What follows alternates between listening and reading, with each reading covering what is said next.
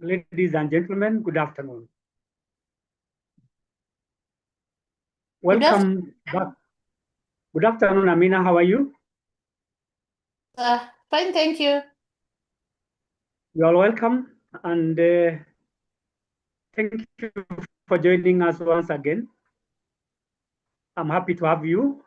I am Andrew Ondari. This afternoon, we are discussing competency-based management and integration as part of the 6-part series of talent management. Organizations today have realized that it is important to focus on competency as opposed to emphasizing job descriptions only.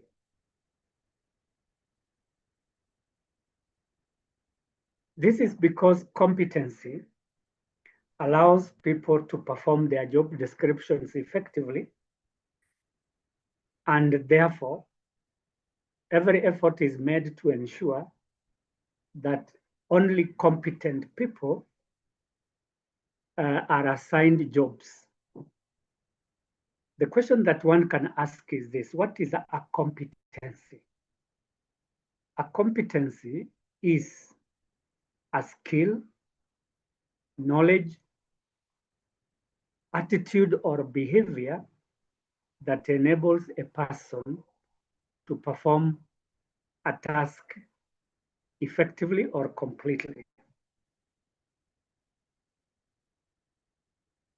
As managers, we develop job descriptions and assign them to people who are competent.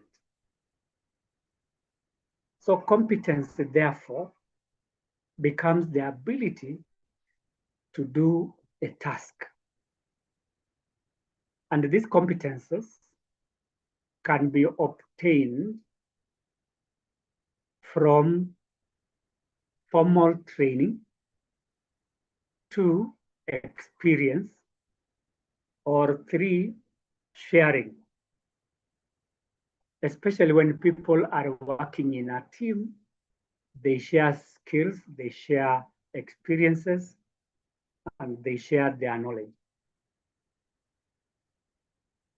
The focus on competency has arisen because of the need to, 1, ensure fairness in the allocation of duties after selection, 2, giving equal opportunities to people who qualify, 3, ensuring that organizations achieve their objectives through performing employees, and 3, retaining competent or retaining employees who can do the work they are assigned. So having said that, I want us to move to the themes or the topics that we are going to cover this afternoon, and that is competency-based talent management, and secondly, talent management integration. Talking of competency-based talent management reminds us of the process of talent management, where we said that this is an ongoing process of acquiring, utilizing, developing, and retaining talent. And that suggests that competency-based talent management revolves around the activities of HR managers to bring on board employees, develop them, utilize them, and retain. So what are these activities that are involved in talent acquisition, talent utilization, talent development, and retention? I will mention all of them because this is what we do on a daily basis. Number one is human resource planning. Number two is recruitment and selection. Number three is performance management. Number four is compensation and reward management. Number five is health and safety. And lastly, number six is employee relations. Recruitment and selection enables organizations to acquire talent, talent acquisition. So when we talk about talent, competency-based talent, then we look at competences that employees have as we recruit them. Or when we talk about talent development, we look at the competencies required for us to train an employee. When we talk about talent utilization, we are looking at the competences that employees have that we can utilize. And when we talk about compensation and reward, we look at the competences that employees can be rewarded for, especially performance-based competence. And even in employee relations, we look at the competences employees have, such as negotiation skills, so that we can utilize them. So broadly speaking, competency-based talent management relates to all the functional areas of our HR manager. And in each of the areas, we identify the competencies required so that we can acquire the competences, we can develop the competences, and we can retain those competencies. And then secondly, talent management integration. That we are integrating or connecting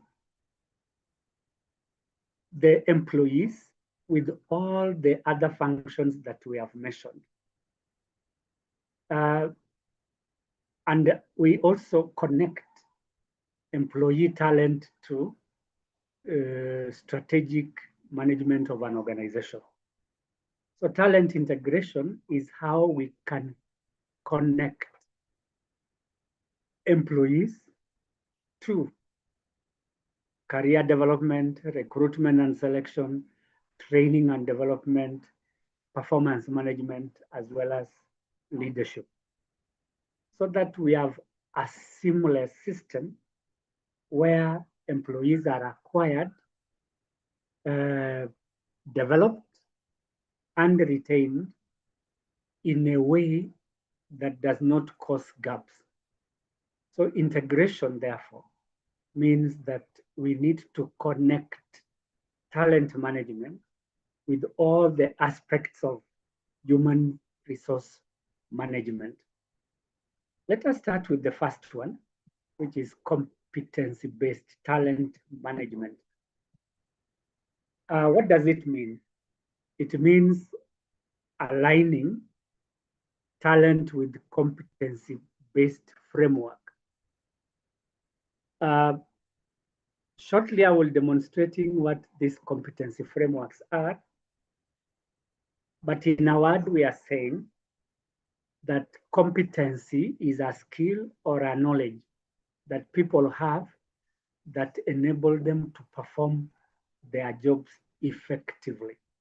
So we want to align this ability with various frameworks that we will be talking about, such as core competency, 2, functional competency, 3, technical competency, or 4, leadership competency.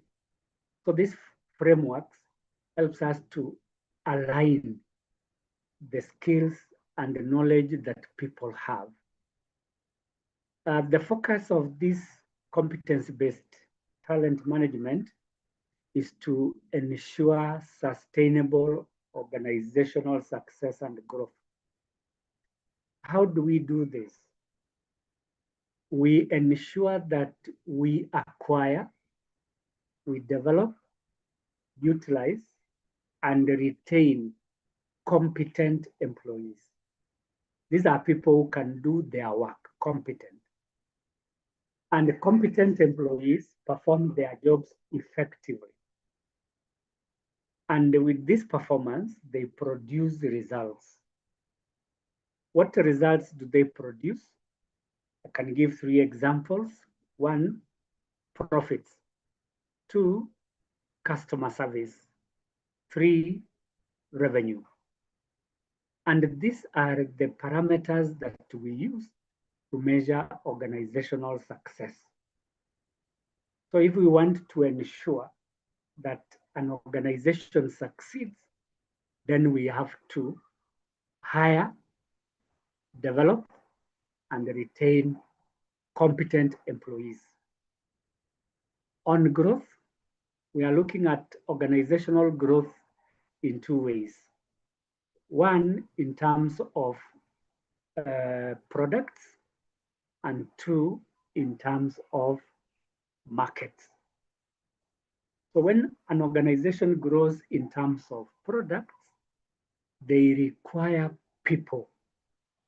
People to do what?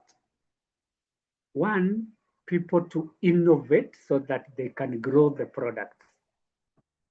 2, people to research so that they can grow the products. And 3, people to serve the customers or offer the market the products that have been developed.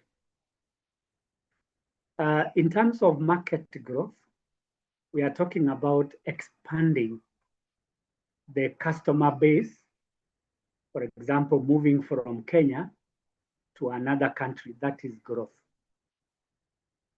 In such circumstances where an organization is opening new markets, we require employees.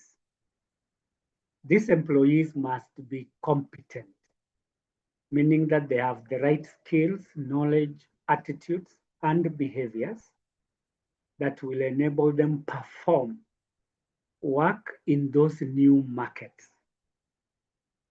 And then what is the objective of competency-based management? It is to match roles to the right people. Allow me to talk about roles in terms of job descriptions. That in a job description, there are 2 things. 1, duties, and 2, responsibilities. From a job description, we develop a job specification, and from a job specification, we can develop a person specification. And when we are doing the matching, we look at the duties and the responsibility to be performed, and the required skills, knowledge, experience, and abilities, which are basically competences. So we look for people who are the right fit to perform those jobs.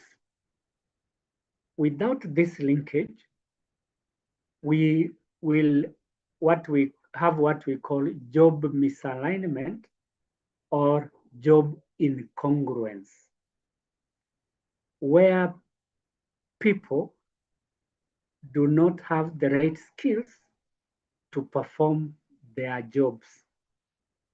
And these jobs are contained in a job description.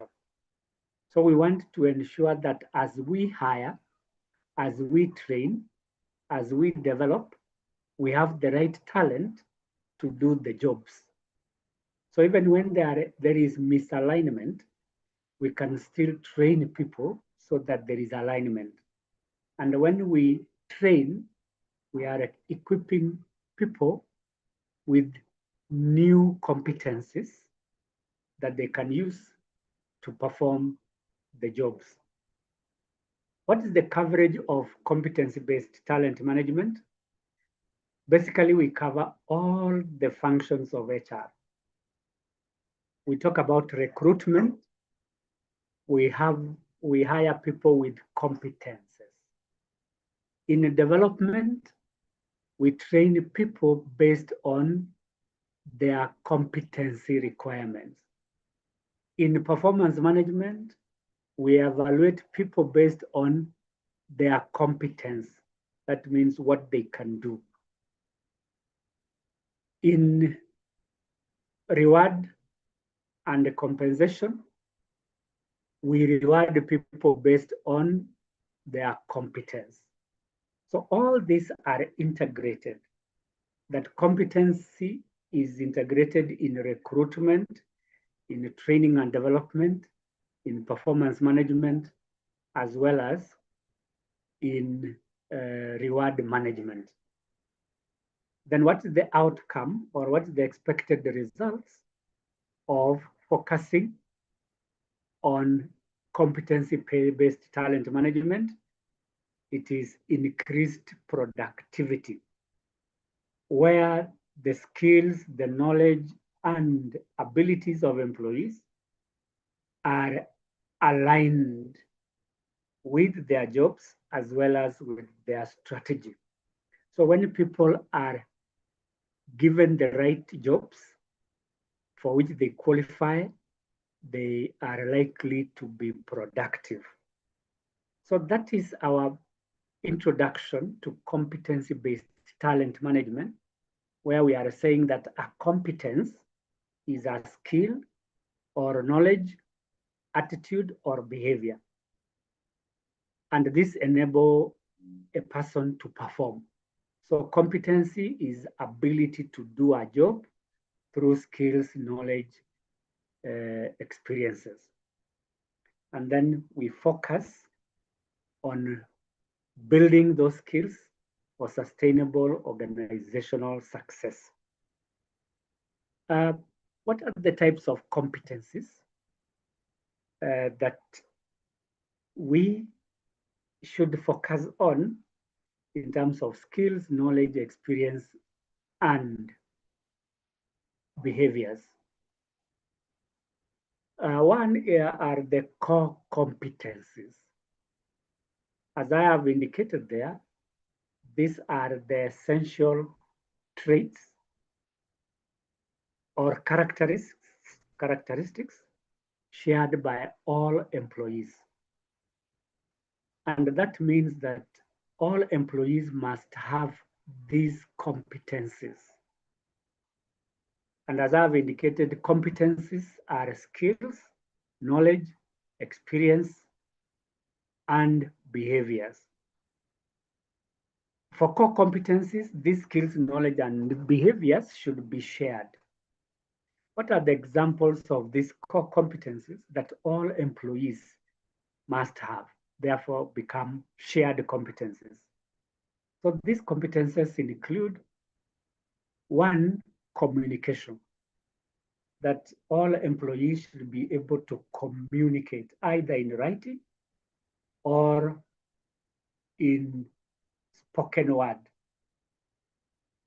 so that when they work together, they are able to share information and also to share ideas and knowledge.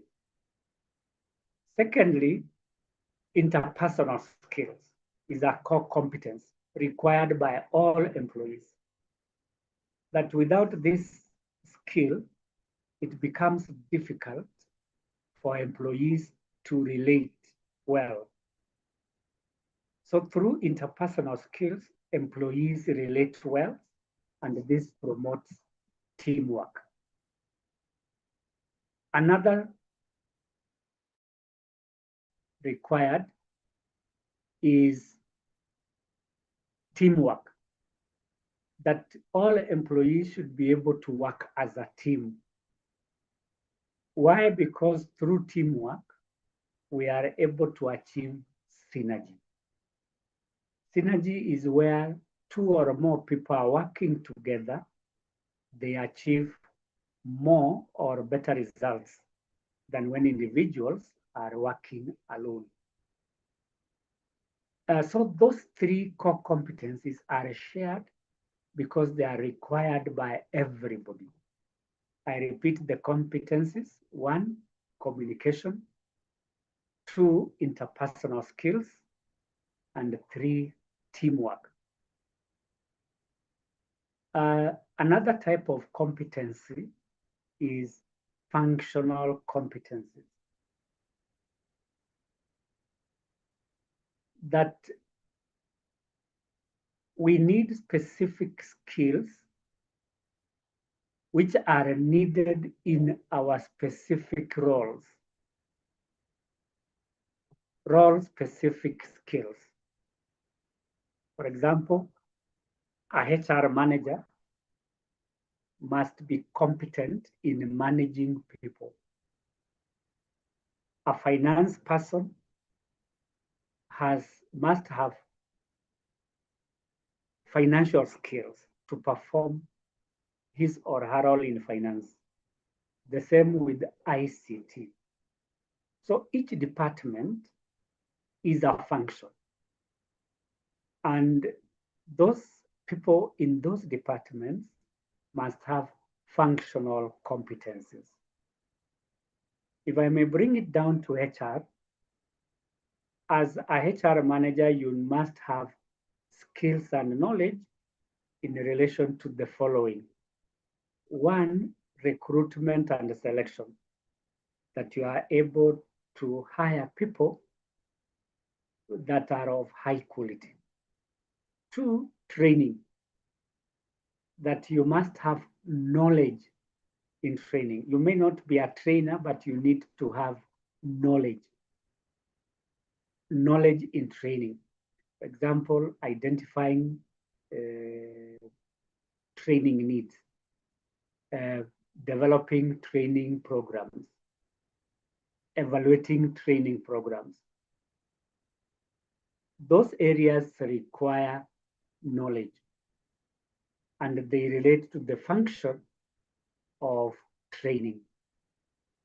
Another function in HR is performance management, where we are able to plan performance targets and objectives, and as well as timelines, implement the plans, and review during appraisals. So we must have skills and knowledge related to performance management, which involve planning for the performance, implementing the performance contract, and also reviewing. And then lastly, as an example of a functional competence, is reward management and compensation.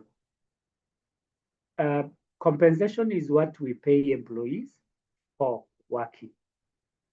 Reward is any additional pay for a person who performs better or has brought in a new idea which can be rewarded.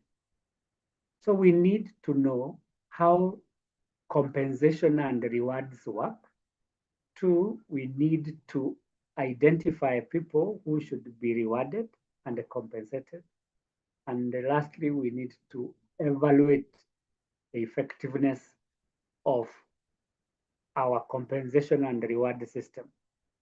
All these functions require competencies, and these competencies, I said, are 1, skills; 2, knowledge; 3, behaviors; and 4, attitudes. So these are the ones that enable us to function effectively in the different departments within HR. Thirdly, another competence is the leadership competence.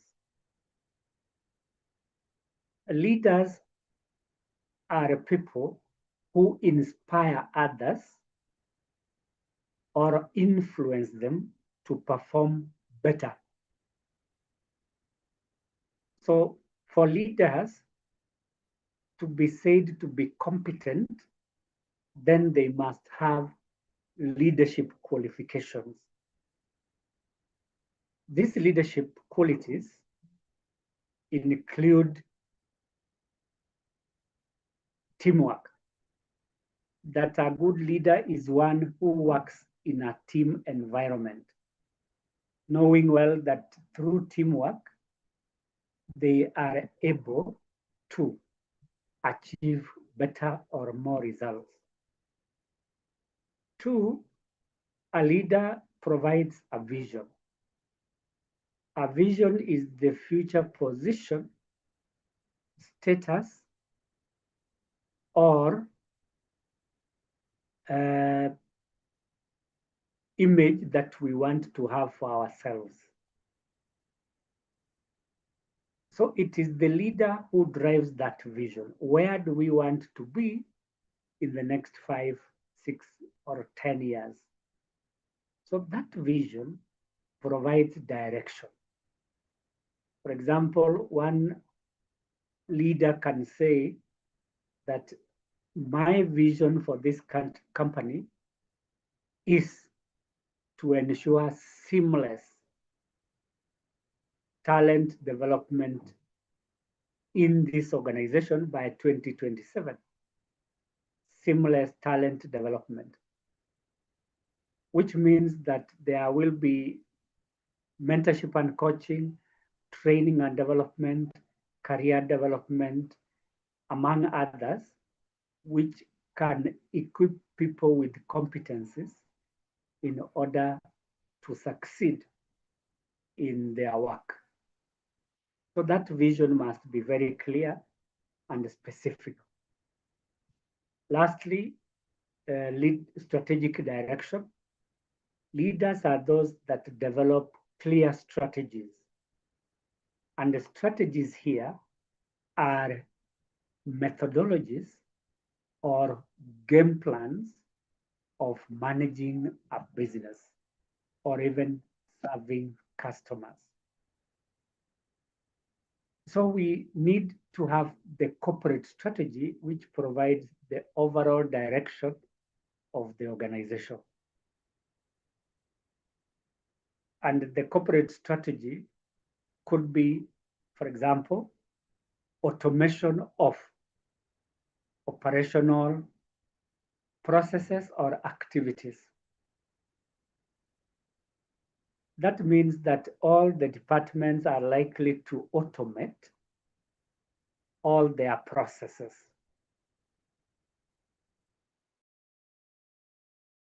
Because it touches on all the departments in an organization and that it is long term. So such a strategy like automation helps an organization to achieve its objectives in 3 ways. 1, cost cutting. 2, improving processes. And 3, increasing productivity. So when we automate, we achieve those results. When we are talking about leadership competencies, therefore, it is the ability to work as a team, develop a vision, and formulate strategies. The other competency is behavioral competences. These are personal attributes that define the behavior of a person. Attributes. And I've given 3. 1, attitudes. 2, ethics. And 3, interpersonal relations. Let me talk about attitudes briefly. Attitudes are states of mind that influence the way a person thinks or behaves. Other people say that these are feelings that people have towards their job or towards their organization. Feelings. These attitudes can either be positive or negative. Positive attitudes are those relate to positive feelings or mindsets. And those of us who have a positive attitude towards their job are likely to have the following behavioral characteristics. One, job satisfaction. Two, job involvement. And three, commitment. Those are behavioral attributes which relate to attitudes that influence job performance. I repeat, satisfaction, two, commitment, and three, involvement. Those are the positive attitudes that we could be looking for when we are managing talent, be it at the time of hiring or at the time of training or at the time of performance management. So these positive attitudes are applied across all the functional areas. Then secondly is ethics. These are moral standards that are acceptable in a community or organization. They touch on the core values of that organization, touch on core values. And what are some of the core values that shape the ethical conduct of an organization? One is honesty and integrity. Two is confidentiality. Three is professionalism. Four, customer care. So these ethical standards are essential when we are looking for a fit between the employee and the job they are going to perform. And that is why we perform background checks, especially when we are doing recruitment and selection. And lastly, interpersonal skills, where employees must demonstrate that they are able to work with others. And interpersonal skills include one, communication, two, understanding, three, cooperation, and four, teamwork. Those are interpersonal skills that help people to work effectively with others. And therefore, in talent management, we are looking at people with effective interpersonal skills so that they are able to work with others. If there are employees who do not have these interpersonal skills, we can train them or we can coach them so that they acquire the interpersonal skills. And then lastly is technical competence. These are skills, knowledge, and abilities required in specific areas of specialization. I can give three examples. One, doctors. Two, lawyers. Three, engineers. That does not mean that as HR managers, we do not require this technical competence. Why? Because nobody from anywhere can come and perform the work of a HR manager unless they have been adequately trained. And when a person has been trained in a profession, they have technical competence. When we are hiring, we look for technical competences based on professional training. So that when we are hiring experts in various departments, we look for technical competence. For example, in a performance demonstration during interviews, we can ask a person to prepare a balance sheet. That shows a technical competence. Or in recruitment and selection, we can ask a person to simulate a recruitment and selection process. And that becomes a technical area where people must have certain or specific skills that they can use for them to function effectively. What are the drivers? The core principles of competency-based talent management, where we are saying talent management is a whole process, starting with talent acquisition, talent development, and talent retention. So what are the core principles that will guide us in competency-based talent management? One is clarity, that we must clearly define the competencies required in all jobs. In HR, there are competencies required. In finance, competencies required.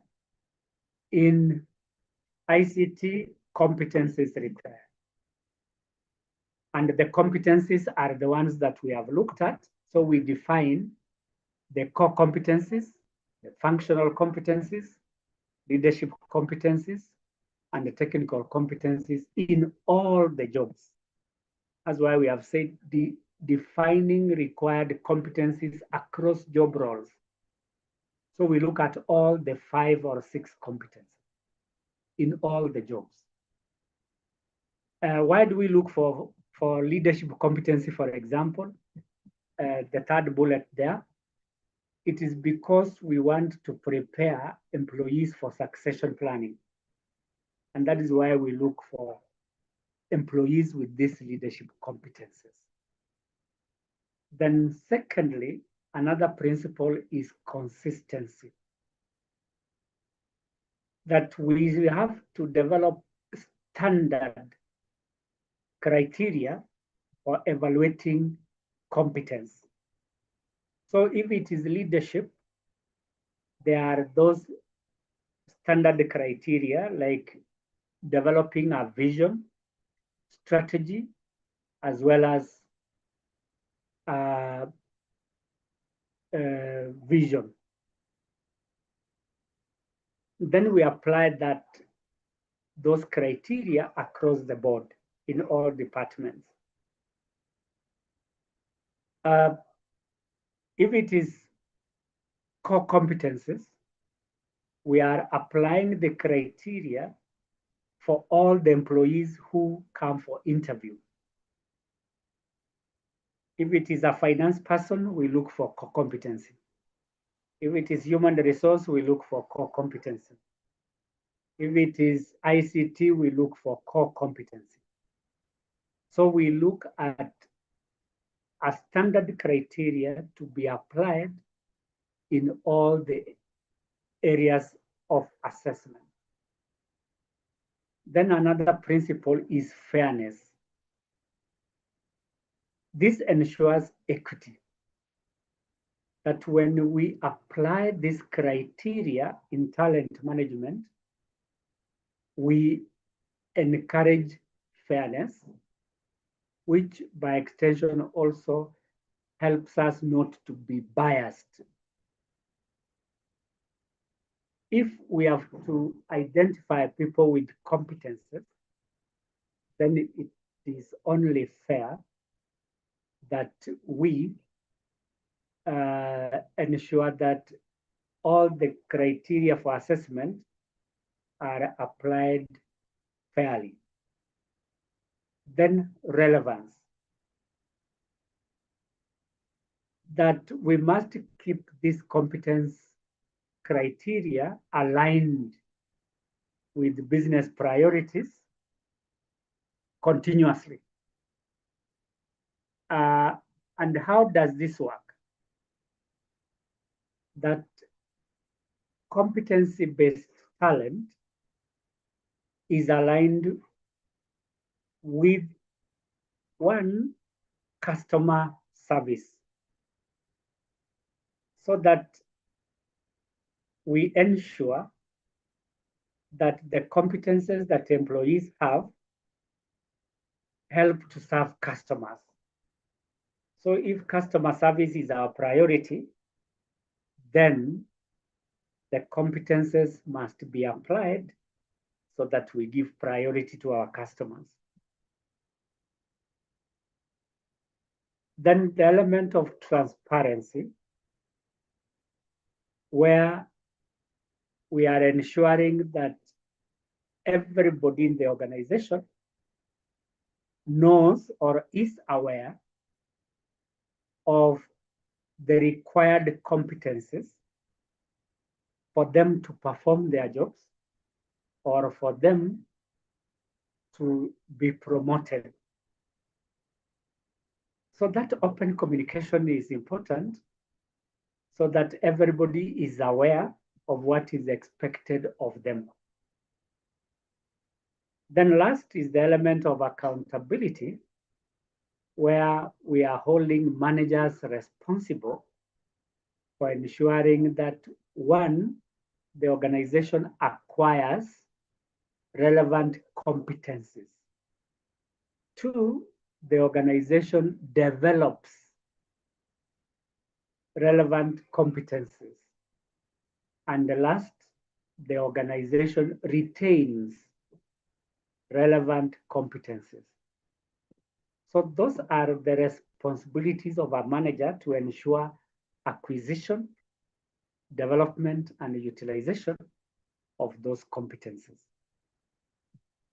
Before we take a break, let us look at the drivers of competence-based talent management, meaning what has led to organizations focusing on competence-based talent management. Number one is globalization. As I mentioned earlier in the previous presentations, organizations have now become interconnected. And with this interconnection, there comes competition. Competition for three things. One, employees.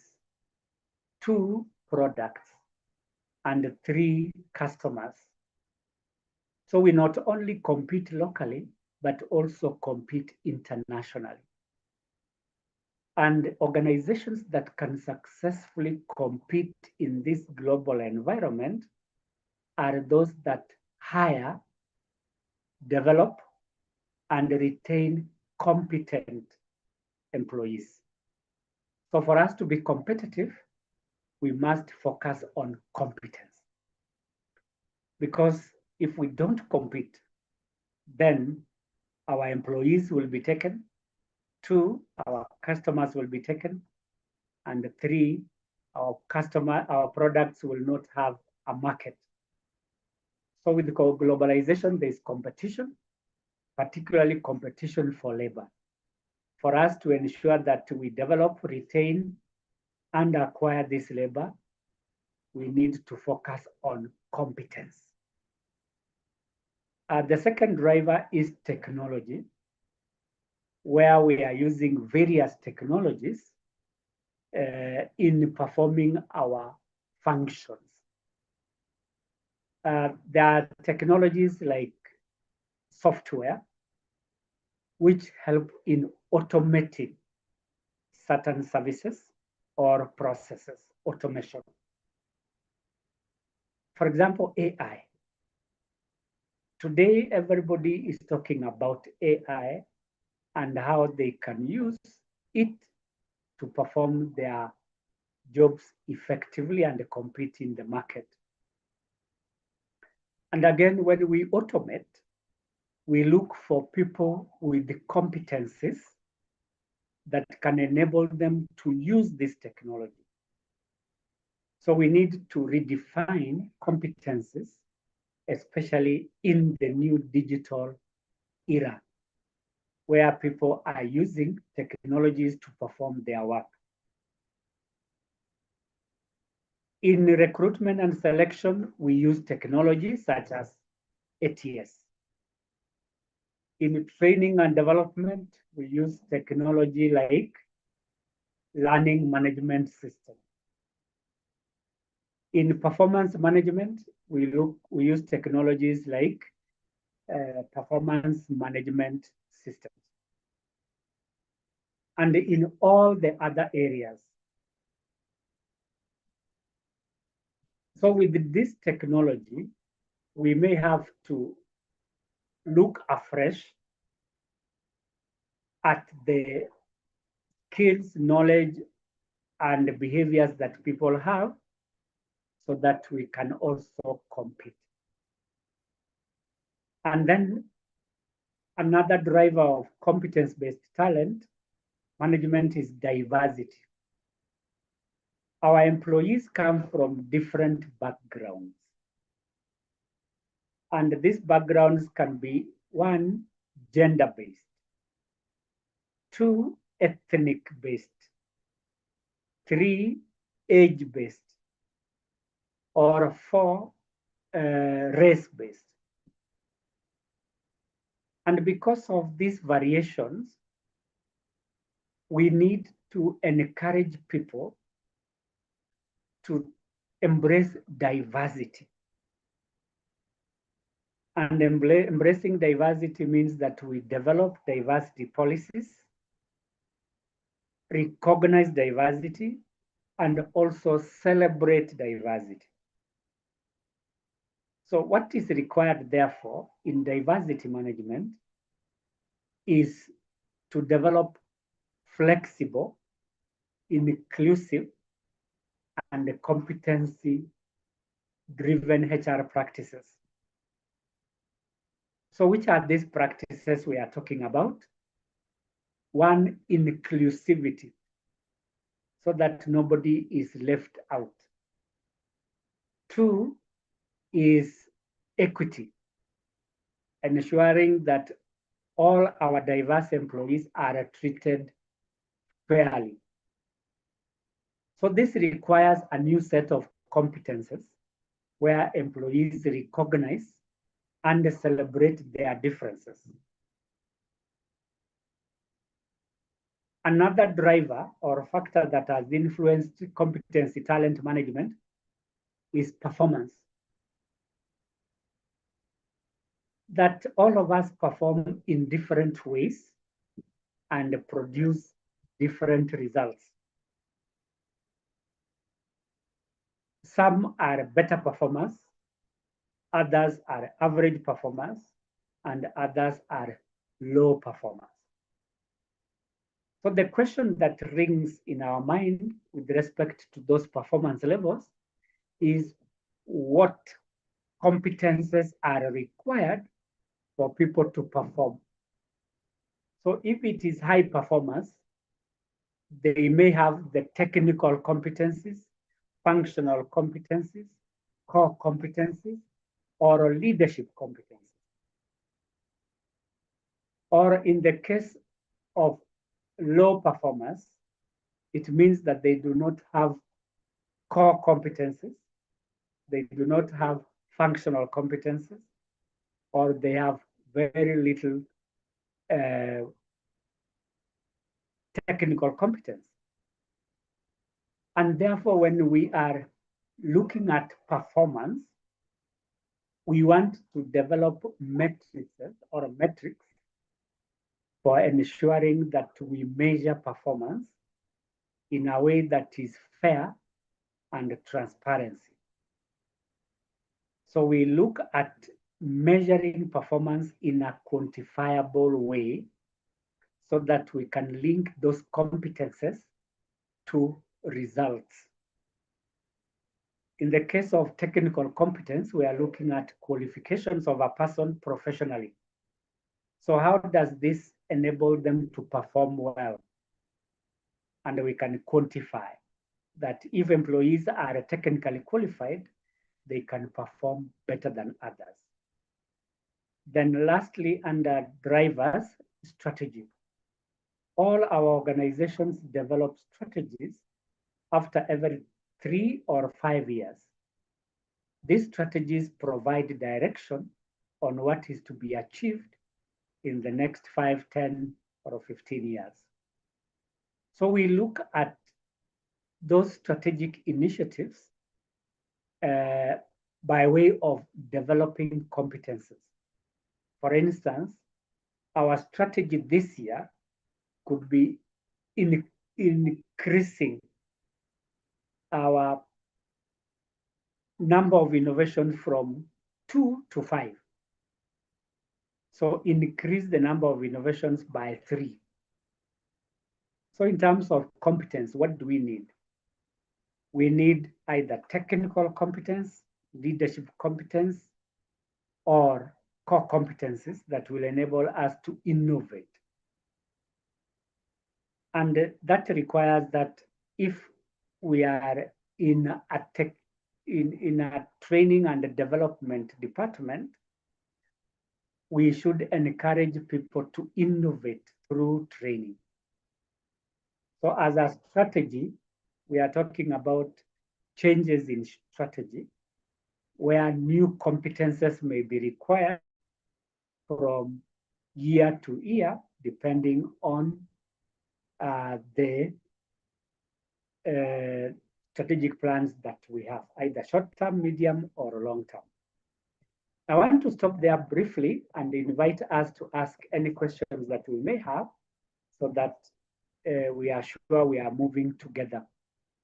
I gave a definition of the concept of talent management and then looked at the types of competencies, then core principles of competence, and then lastly, the drivers of competence.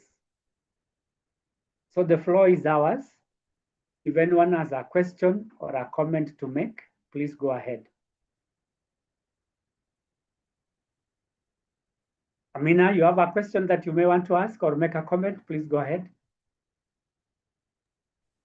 Mine is just to say thank you for the training. It's really knowledgeable and insightful. Yes. I've really learned a lot. This is an area where I really require to understand. So thank you for the training. Asante sana, Amina. And then on that note, we move to the next part, that is competency framework development. And this suggests how we can develop competencies in various areas, be it core competence, be it functional competence, be it leadership competence, or technical competence. So where do we begin? We need to start by identifying the skills and the knowledge required. For instance, we want to hire people for a position like human resource. We need to determine or identify the skills required for a human resource officer. And some of the skills required in HR may include decision making, 2, critical thinking, 3, leadership skills, and 4, supervisory skills. And these competencies will enable us to select a person that is a fit for that role. So the first thing that we do is to determine the skills required for every role, be it human resource or finance or ICT. Then once we have done that, we involve the stakeholders. Who are the stakeholders? There are about 5 stakeholders in an organization who have an interest in this competency framework. Number 1 are the top managers. Their interest is to ensure that the organization obtains the right talent and is prepared for succession. Secondly are the line managers. The line managers are interested in having the right quality of employees, people who can deliver on the mandate of the various departments. Number 3, the employees. Employees are interested in ensuring that they perform well, so that when we look at their competencies, they are aligned to their roles to enable them to perform. So we need to consult all these stakeholders, 1, to get their input, 2, to obtain ownership, and 3, to reduce resistance to change. Because in some cases, we want to change our strategy, which requires certain people to have developed the competencies required. And without this involvement, employees resist, saying that they were never involved. Then the next part in this competency framework is customization. We have identified the competencies required. We have consulted the people and have given their input. Then the next thing is to customize. That if it is core competencies, we need to customize that with organizational needs. Or if it is technical competence, we customize that to the specific departments that require those skills. So customization suggests that we tailor make those competences to help an organization achieve its objectives. The next part is validation or pilot testing the competency framework. Once we have identified the competencies required, we now place them on the jobs and then evaluate how they are doing. For instance, in HR, we may have identified competencies in, for example, training and development. There is somebody who has very good skills in training, but initially they were in employee relations. So what we do is to place the new employee with the competencies in the training and the development department, so that we see whether those competencies are aligned with the new jobs that they are given. And we can do this for all the employees. And if it is working, then we shall have succeeded in placing employees based on their competence. And if it is new recruitment, we use the competence criteria to select the person. And after we have selected the person, as part of our pilot testing, we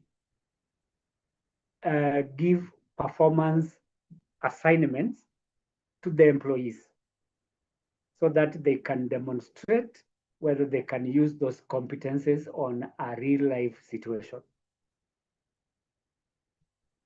Then after we have done that, we document, meaning that we record all the competences in all the areas. For example, in finance, we have all the competencies required. In human resource, we have all the competencies. In finance, we have all the competencies. So that it becomes easier for us, one, to measure the performance of the employees, two, to develop training programs for any employee who needs further training, and three, evaluate employee performance over time. Then lastly, we communicate the framework with all the line managers, to all the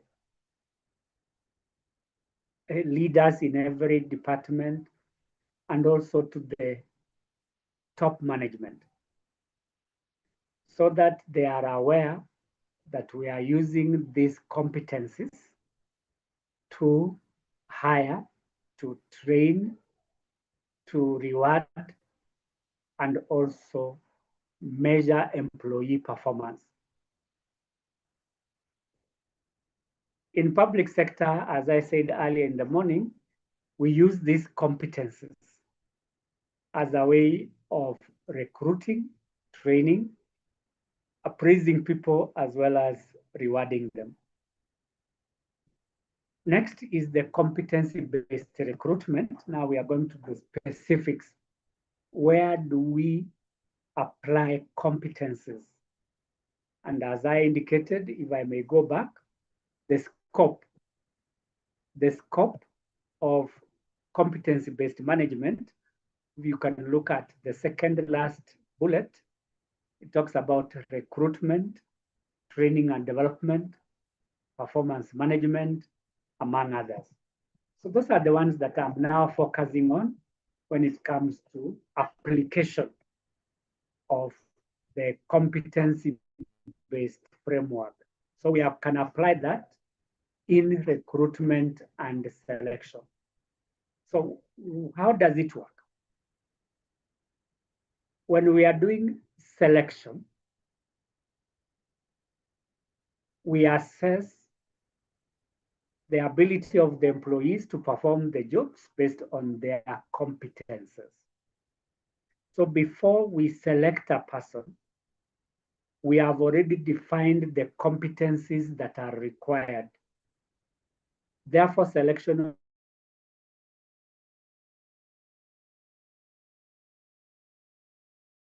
they give us indicators of whether that person will do the job for which they are being considered. Secondly, when we are interviewing people, we assess them based on those core competencies, functional competencies, leadership, as well as technical. For example, the core competency on interpersonal skills. So we can assess a person by interviewing them based on interpersonal skills. And how do we do that? We can ask a person such a question like, how do you ensure that employees achieve their objectives in a team environment? So the way an employee answers that question will help us to determine whether they understand what teamwork is and how they can create a team environment as part of the behavioral competences. And then we look at a person in terms of their fit for the role. The competencies they have should be matched with the role, matching. Like I indicated earlier, matching looks at the person's skills, knowledge, experience, and abilities. And then you map that with the job they are going to perform. So you look at the technical competence, the functional competence, or the core competences. Does this person or candidate have those competences? If not, then they don't fit the job. But if yes, they are likely to do the job. Then we look at effectiveness. That when we use competence-based recruitment, we are likely to be successful in hiring new employees. Why? Because it helps us to reduce bias. And how does that work?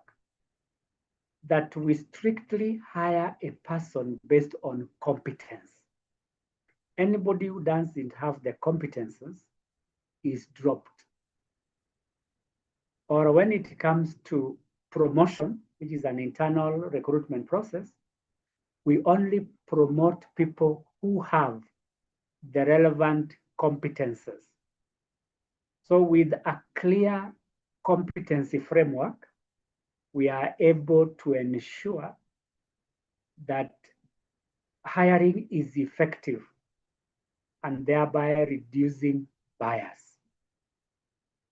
On hiring outcomes, the most important outcome that we want to have after recruitment is hiring a quality person. That is the outcome, hiring quality people. And when we assess ourselves, we need to determine whether or not the person who is eventually hired is performing the job for which they were hired. And how do you know that a person is of high quality after hiring?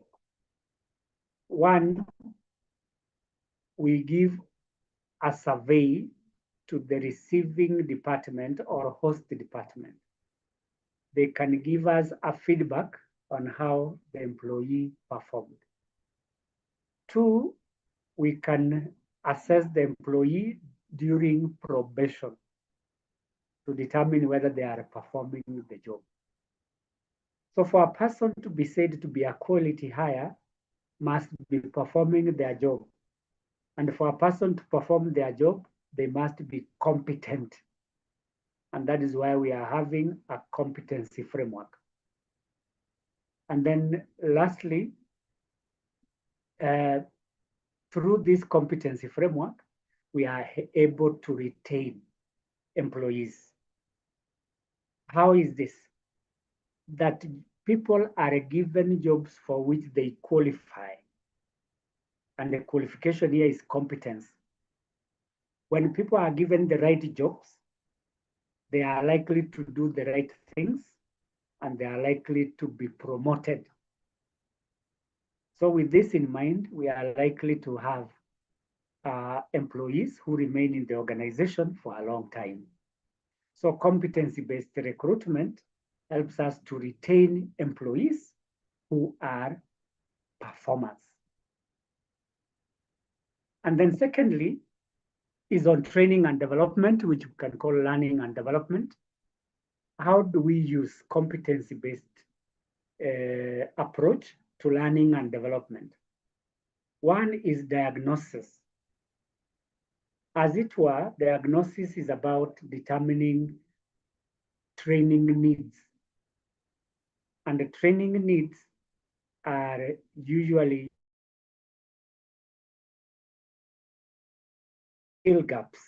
skill and knowledge gaps, sorry. where a person is deficient in skills and knowledge.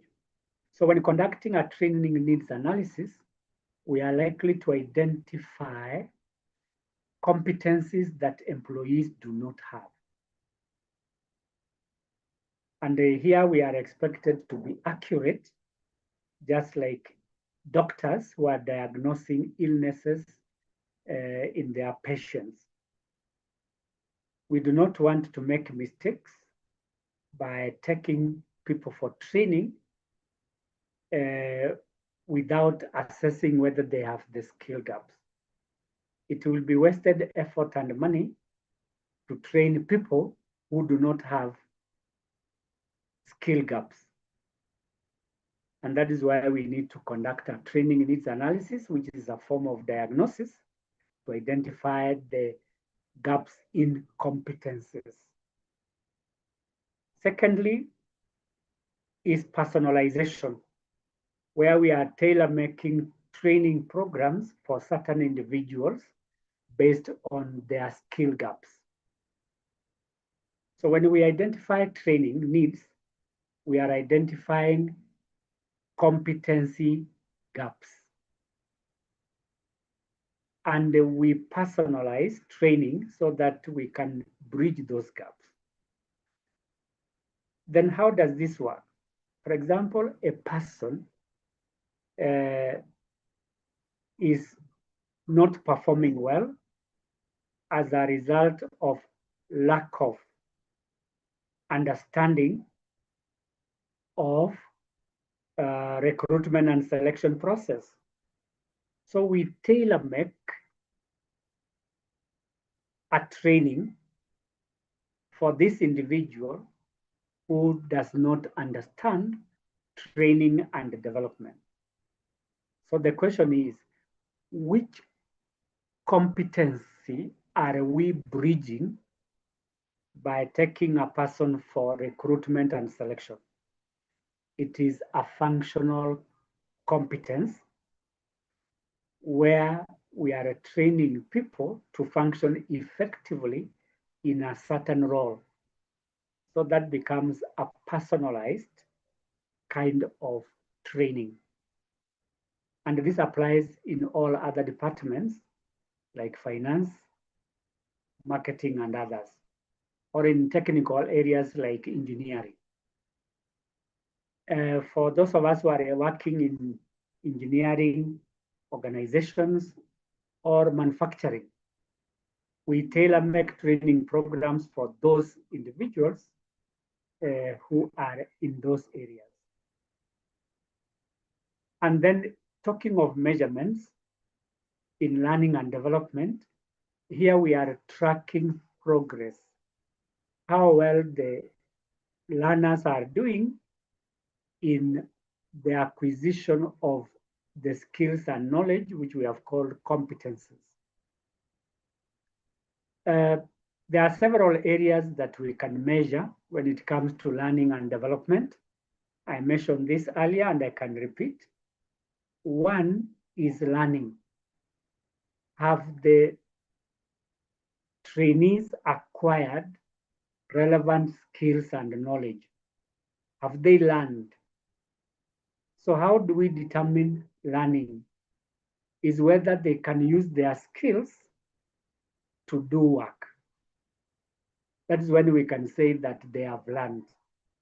Or two, they can remember what they have learned. So what they have to apply or what they have to remember, it is the competencies.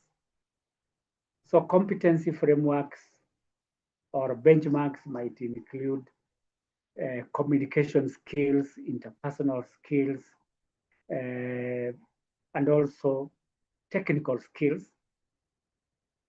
that we have already mentioned. So we measure how well the learners are acquiring the relevant competencies, and we can use metrics. Another aspect where we use competence-based learning is relevance.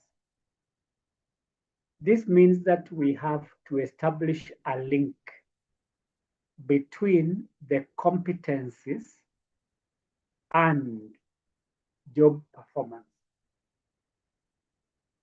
We can this if we conduct training needs analysis, where we identify performance gaps and we analyze the causes of those gaps. Where the causes of performance gaps relate to lack of skills and knowledge, then we train. In that way, we shall have created a direct link between training and performance.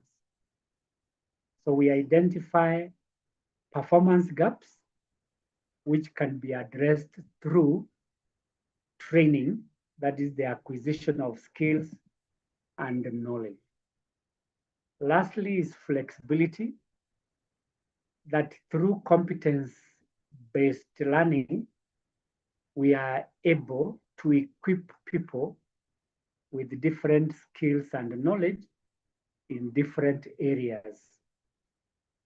As I mentioned earlier, there is the element of diversity as one of the drivers of competency-based talent development. If we look at bullet 3, diversity, we have diverse employees from different backgrounds.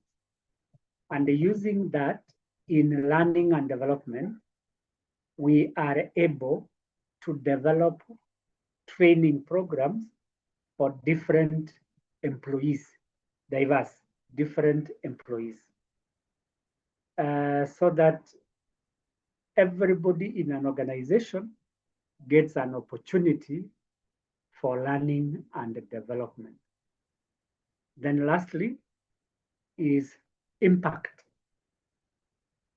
that through competency-based learning, we create more impact. Impact because, one, competency is linked to performance. 2, competence is linked to learning. 3, competence is linked to recruitment. 4, competence is linked to rewards and compensation.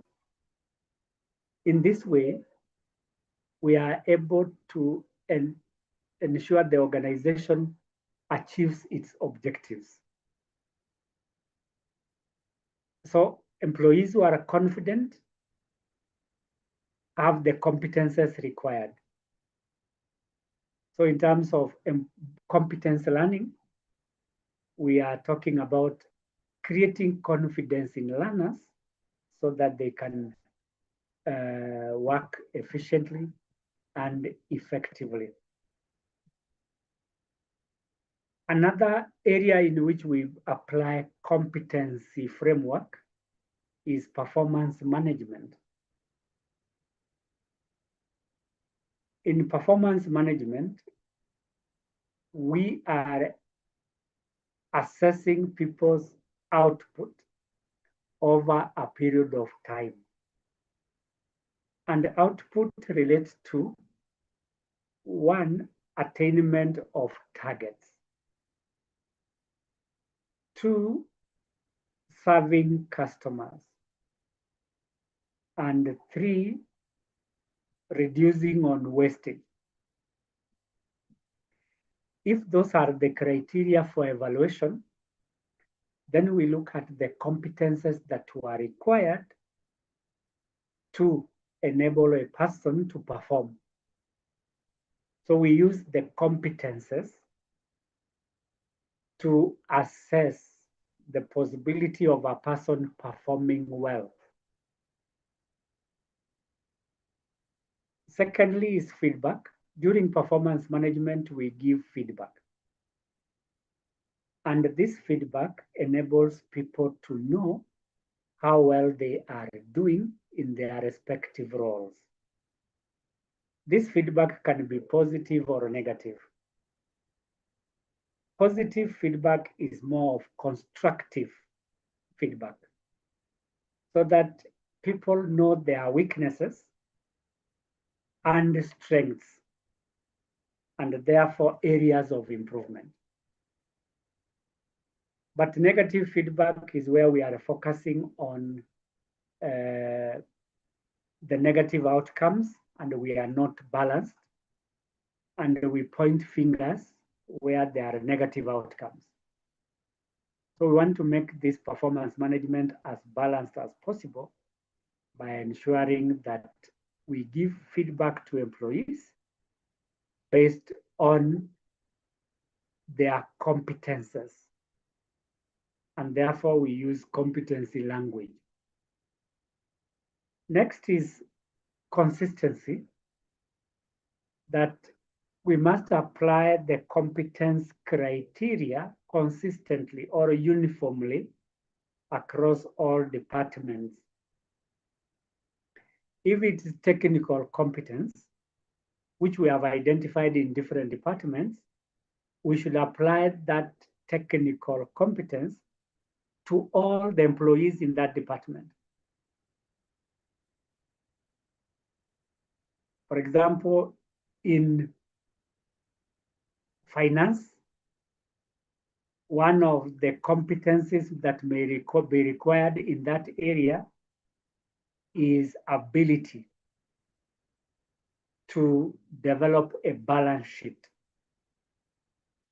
So that when we are assessing employees in that department, we are assessing them on ability to develop a balance sheet, because that is a competence.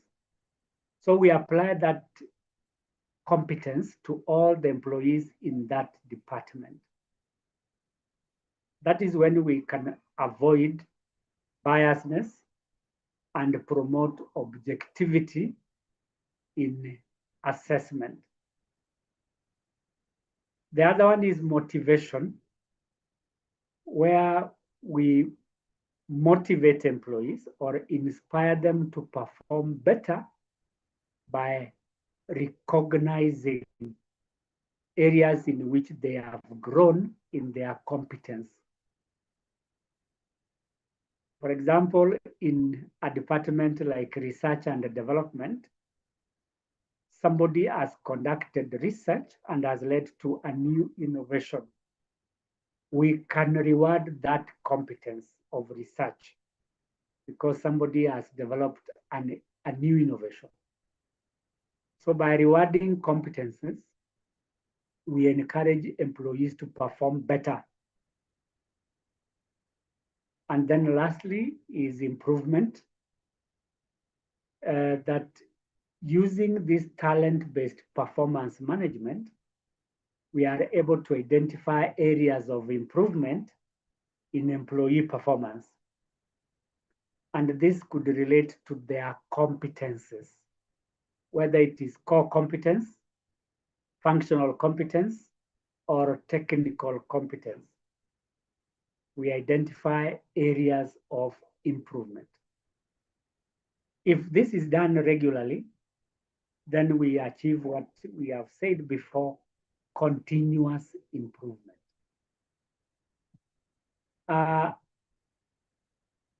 Another area where we apply competency-based talent development is career development. We develop people's careers based on their competencies, particularly functional competence and technical competence. We grow people's careers when they can perform their roles effectively, or when they need to grow professionally in terms of technical competence. So what are the aspects that we focus on in career development in relation to competence? One, pathways. What are the areas in which a person can develop or can grow? And in developing these career paths, we look at the abilities of employees to grow in that area. For example, a person needs to grow in HR. Some of the pathways in HR include employee resourcing, uh, learning and development, or employee relations. So we will grow careers or career paths in those areas depending on the competencies of the employees. If a person is good at employee resourcing, we develop their careers in employee resourcing. If it is employee relations, we develop careers in that area.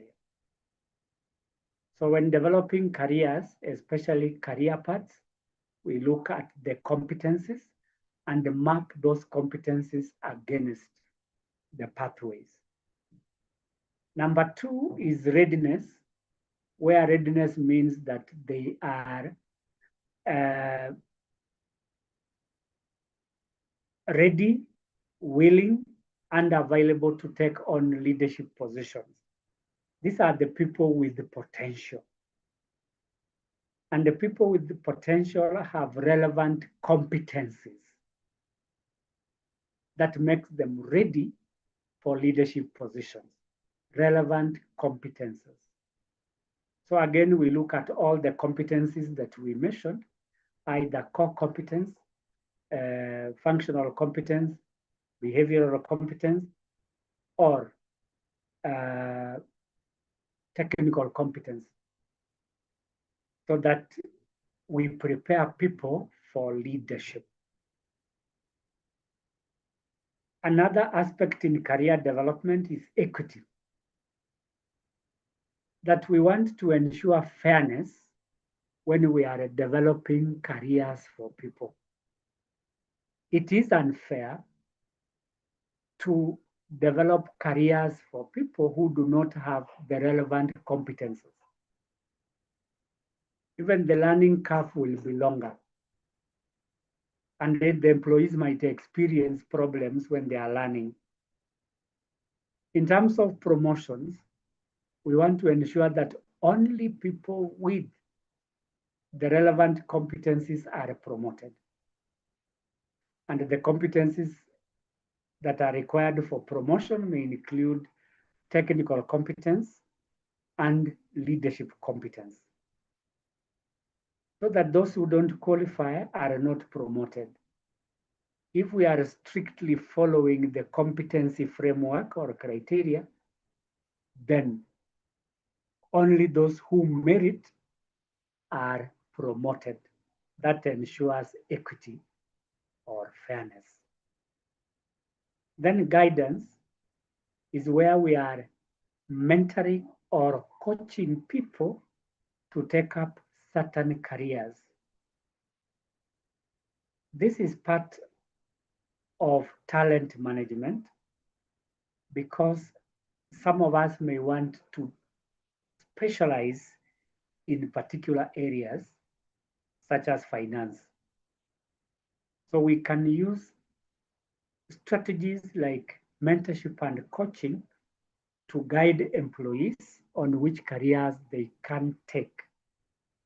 Some mentors and coaches help employees to improve competencies in their respective careers.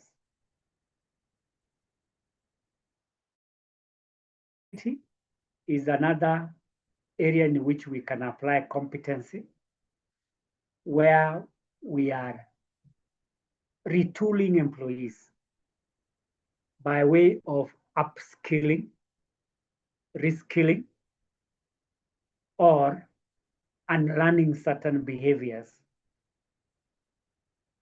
If it is reskilling, we look at gaps in terms of knowledge, so that people who don't have competencies in certain areas, we retool them or we reskill them, so that they are able to perform higher roles or different roles. So how do we do reskilling?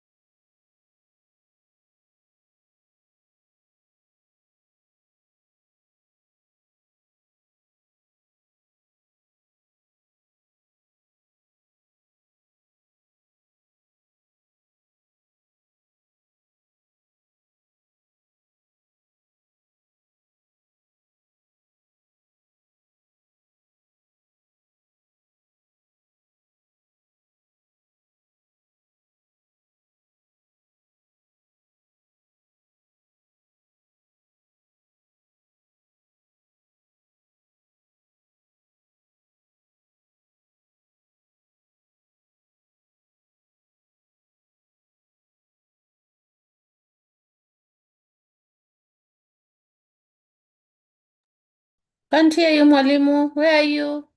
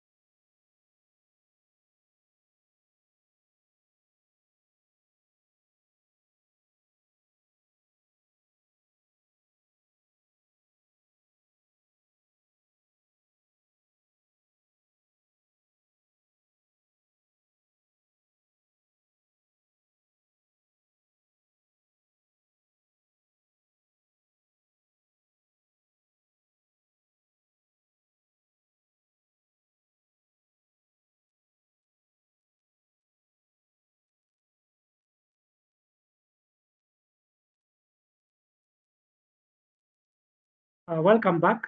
I hope you can hear me. Amina, can you hear me? Yes, I can. Thank you.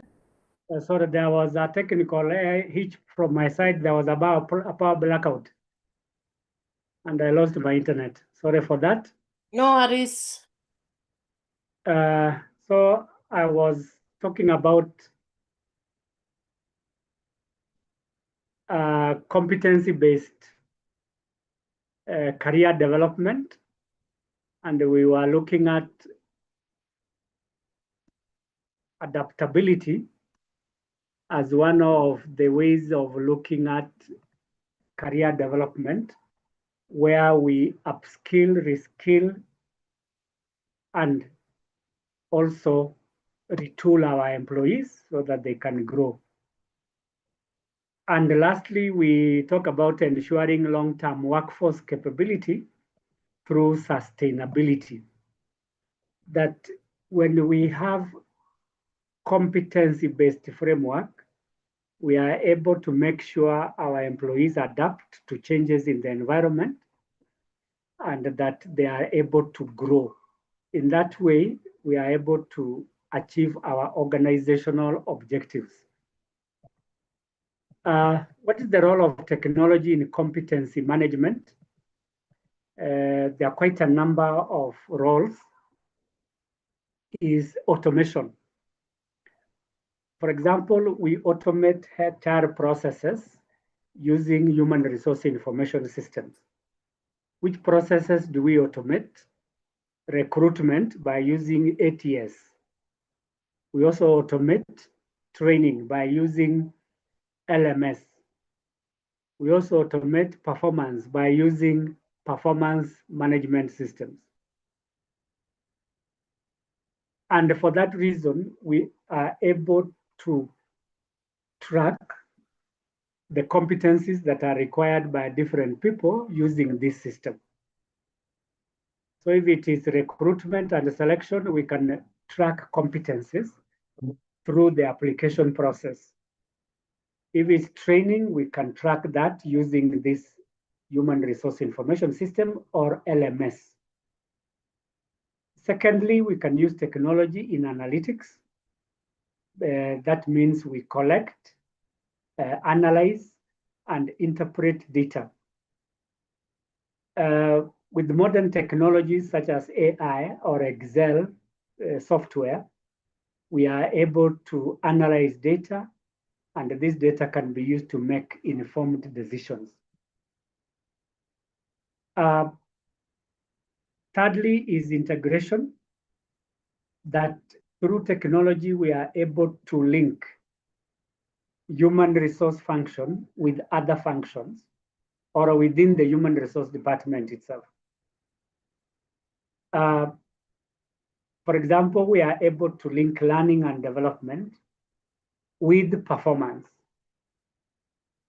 How can that be done?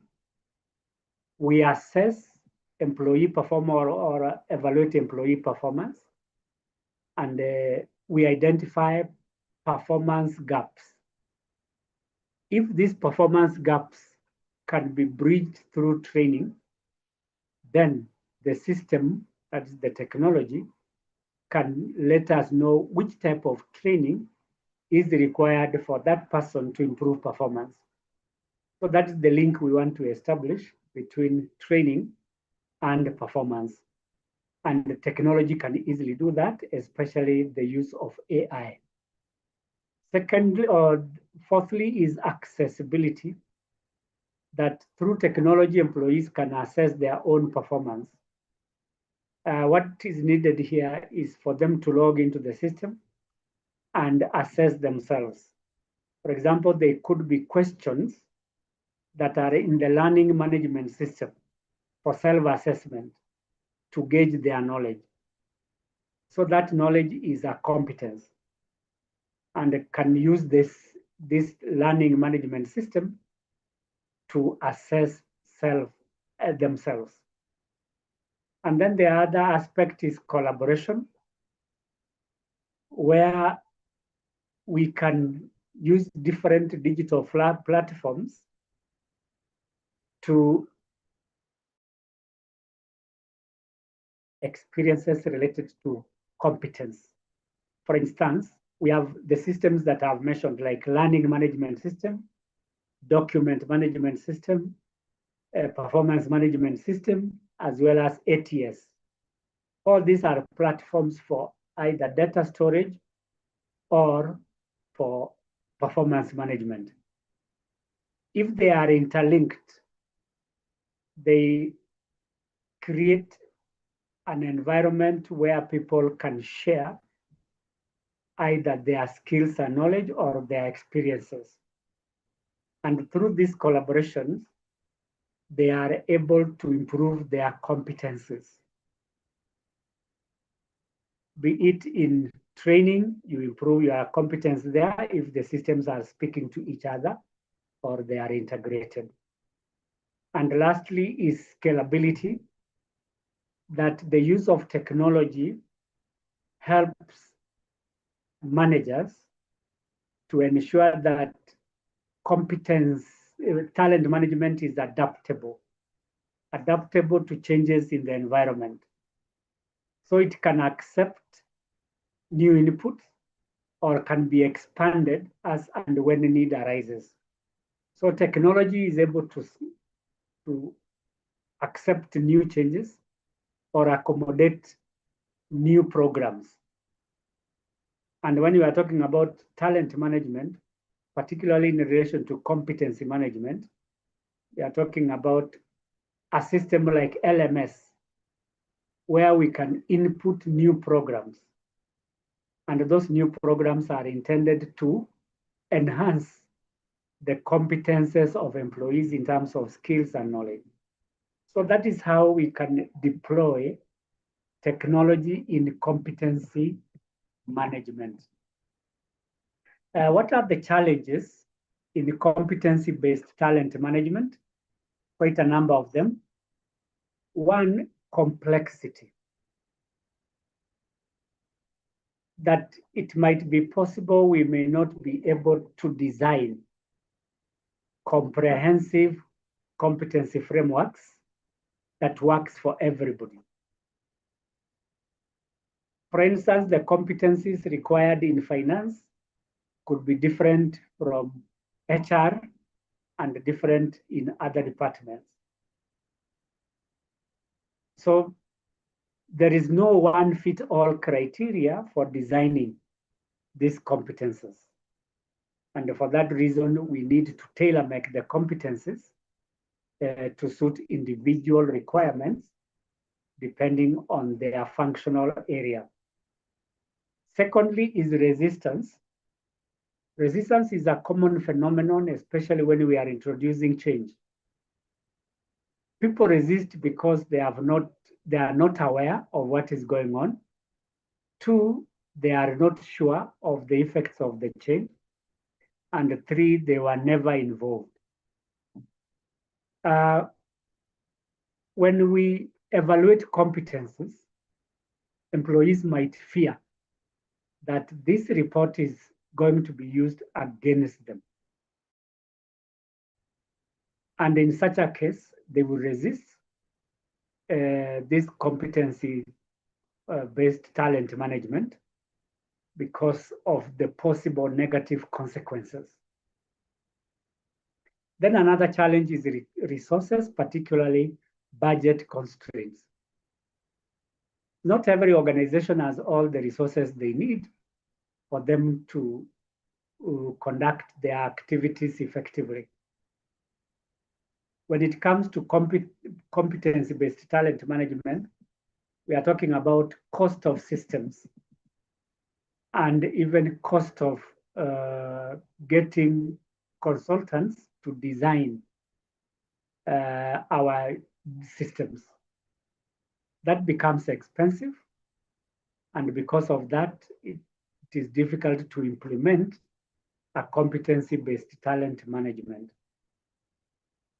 The other challenge is bias, and by nature, humans are naturally biased or subjective, unless we use technologies which are not biased. But naturally humans are biased.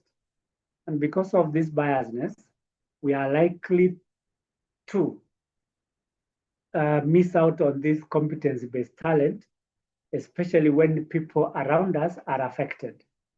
Probably it's our friends or our neighbors within our departments that are facing challenges in either being taken for training or being promoted or being evaluated for being rewarded.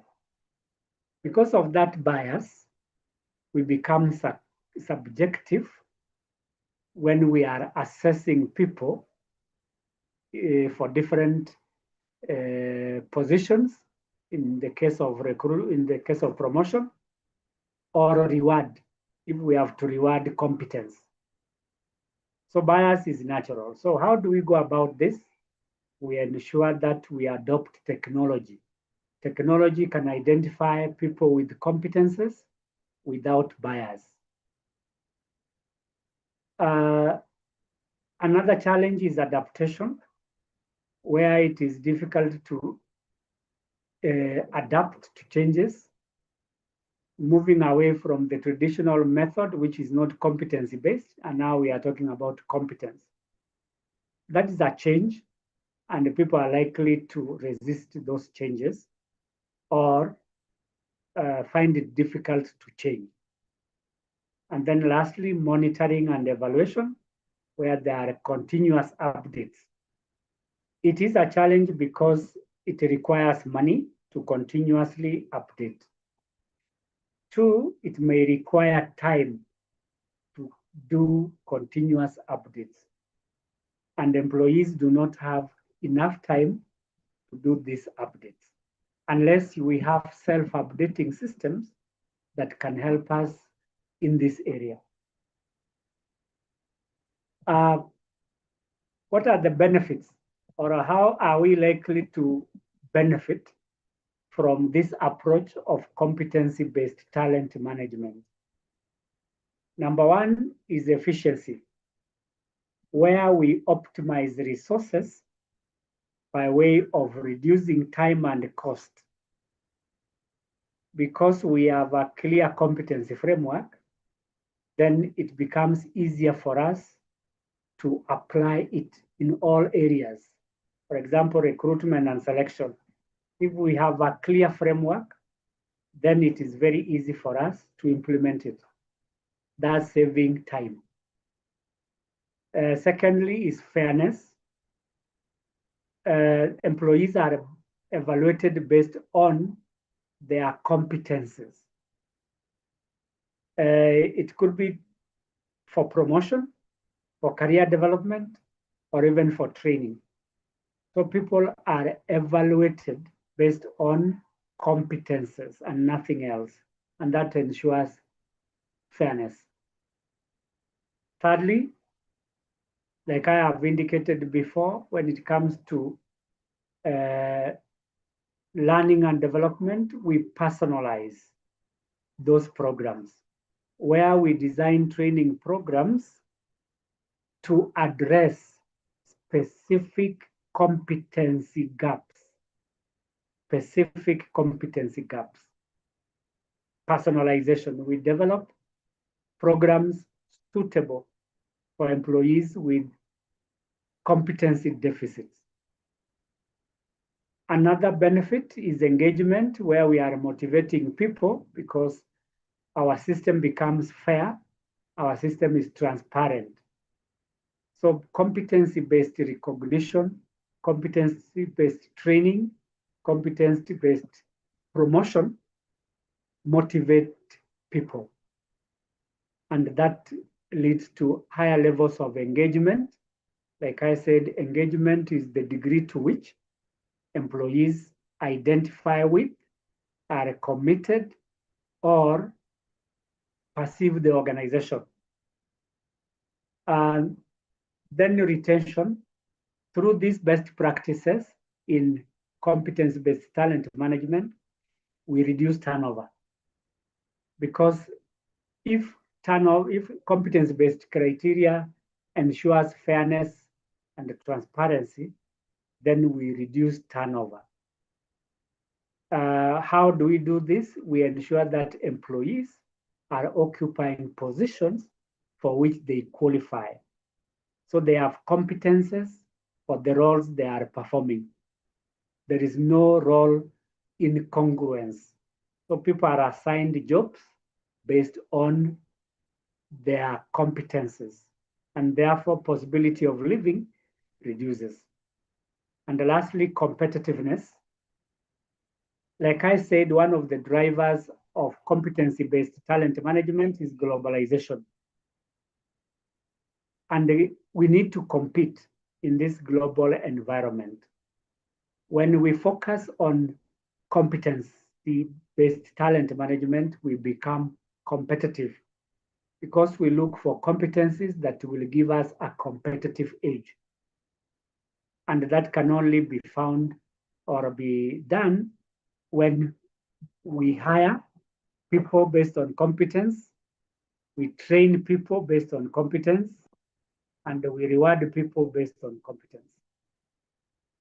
And on that note, I want to invite us to ask any other question that we may have based on what we have covered so far in the first part, where we said learning and development, performance management, career-based development, technology,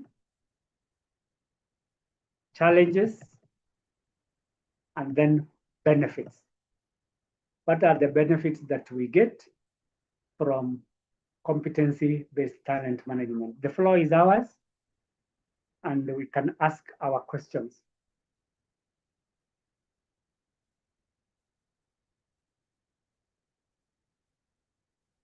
Amina, if you are there, please ask your question or make your comment.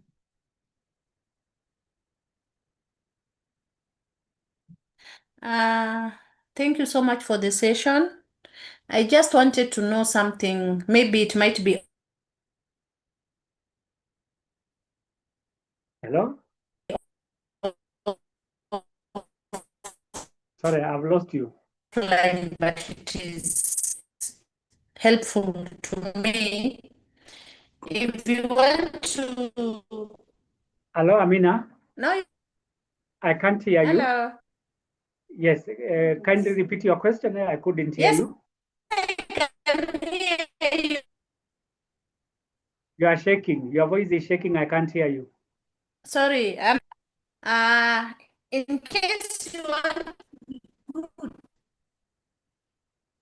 I think I've lost you. You can hear. It's on and off. Maybe your network is unstable.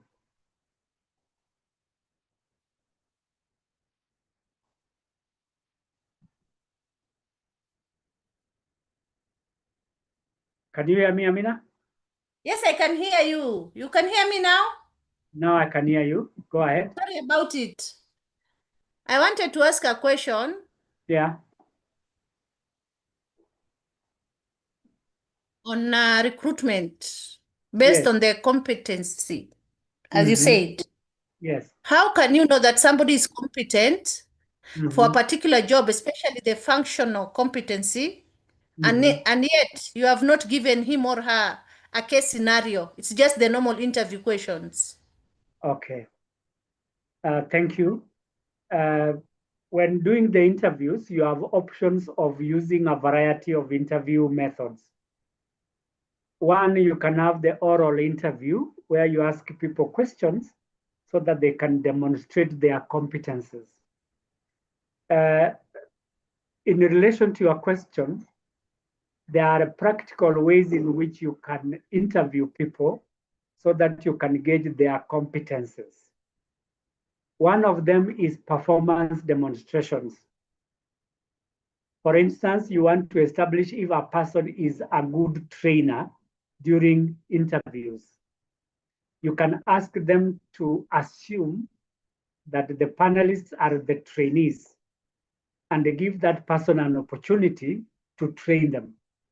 So that becomes a practical way of measuring or establishing competences in an area like training. So that's one way. Two, there is what you call job centers. Job centers is where a group of employees are brought together and are expected to work either on a project or an assignment. Here in this group, you want to establish several things or several competencies. One is their leadership skills, because in a group like this, we expect somebody to lead, somebody who takes initiative, somebody who is visionary, somebody who has interpersonal skills, somebody who is strategic in thinking. This can come out during these job centers. Two, we also look at their interpersonal skills, and that will give you their competence in interpersonal skills. The third way of evaluating people's competence during recruitment is where you give them special assignment or projects. This means that in some cases, you may not have a one-day interview. You will have several days and expose them to several interviews. So somebody can come, the first one could be an oral interview. The second one, a written interview. The third one, performance demonstration interview. And the fifth one could be a project they have to perform. So based on that, you are able to assess their competencies and you make a selection based on their performance during those projects. Amina? Yes, thank you, noted. Thank you. Asante. Then we go to the second part, second and last for this afternoon, that is talent management integration. As I indicated from my introduction, is that we now need to put talent management together. Remember, we talked about foundation of talent management, and then we said talent acquisition and development.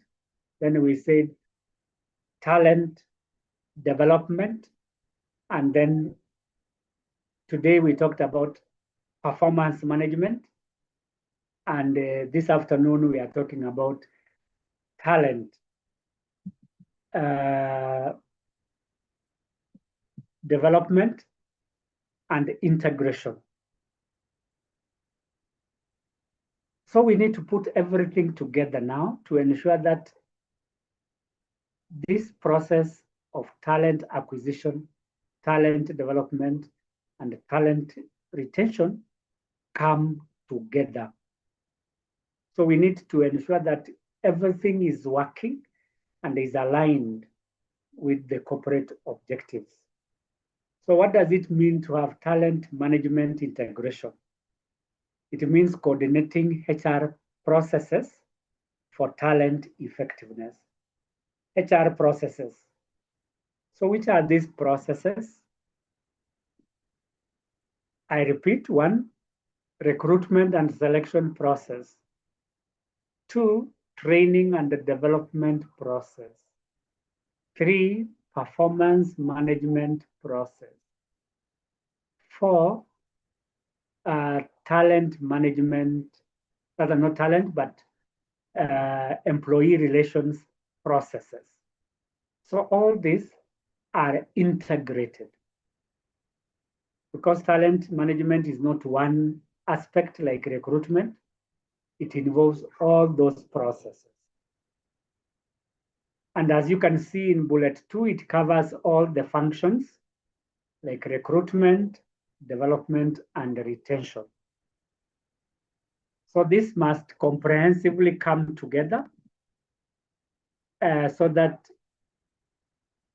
they work as a system. For instance, recruitment helps in development. Development helps in performance management.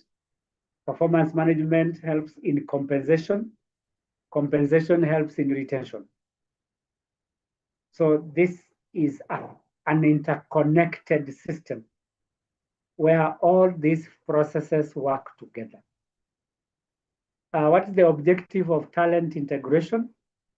Is to ensure that all the HR processes are aligned with the corporate strategy. That by engaging in all these processes, we are looking at the bigger picture of corporate strategy. We ensure that we achieve all those strategic objectives. And then what is the framework here? It creates synergy among all these processes. Synergy in recruitment, development, and retention. That when all these processes are working together, we develop a seamless HR department where we ensure that things are working for the benefit of the organization. And lastly, what's the outcome of this? What's the expected result of integration? It is enhanced performance in terms of overall organizational performance. In respect to this talent management integration, we start with strategic alignment. As we have indicated before, strategic alignment requires that all the processes help to achieve the corporate objectives. So what do we do here in order to ensure alignment? One is the linkage. Create a linkage between HR and strategy. So there is a connection in what HR department is doing in terms of talent acquisition, talent development, and talent utilization. Secondly is prioritization. We talked about competences, like core competences, functional competence, as well as leadership competence. We need to prioritize which of these competences are required to achieve strategic objectives. If all of them are required, then we prioritize all of them. And if only the core competences are required, we prioritize.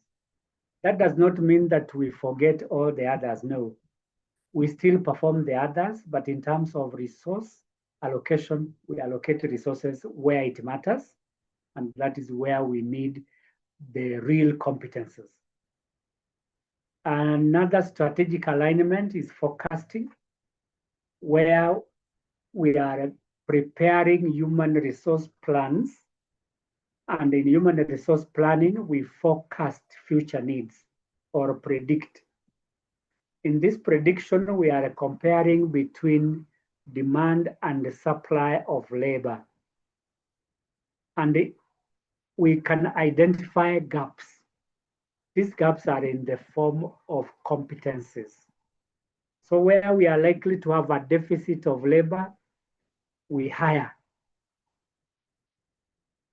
And here deficits can be in terms of numbers or in terms of skills, which are competencies.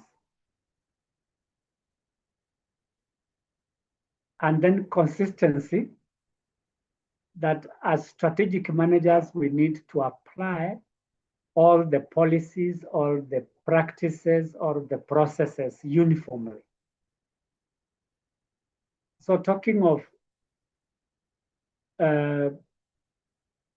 competency management in relation to talent management, we need to develop policies to ensure that we are consistent in all our operations, whether it is in recruitment, in performance management, in training. We should be consistent in applying this competency framework. And then lastly is evaluation, that as part of our strategic alignment, we need to track progress, how well we are doing as a department in talent management.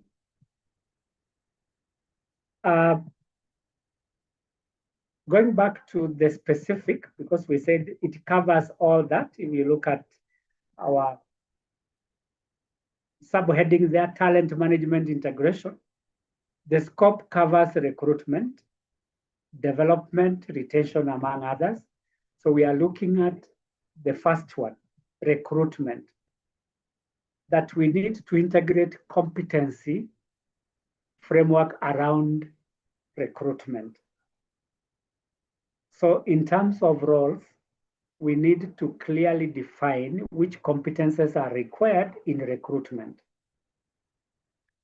And then consistency, we need to develop SOPs. SOPs are standard operating procedures, especially when it comes to requisitioning or interviewing. There should be a standard procedure of doing this. That ensures consistency.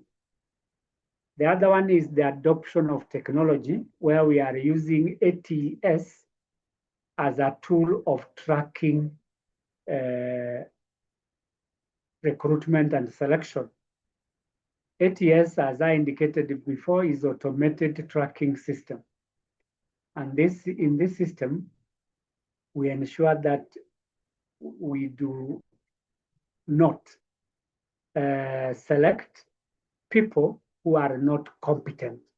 So through technology adoption, we can only identify people with the competences. Here, I'm trying to think of a system like ATS, which has AI in it, and therefore we feed competency criteria in this system. And the system will generate for us all the potential candidates who have the competences we are looking for. Then data collection can be done either technology or even manual means. Using technology, we can use something like 360-degree Microsoft or Google Monkey. This is an online tool that we can use to collect data on recruitment and selection. Using these analytics, we are able to make informed decisions. Then experience is where we are creating a seamless journey through which candidates go so that the candidates have a positive view of our organization from the time they apply to the time they are placed on the job and inducted. So when we ensure competency, it should be able to guide us through the whole process. That a candidate has a positive experience about this process, that in shortlisting, competency-based evaluation was applied.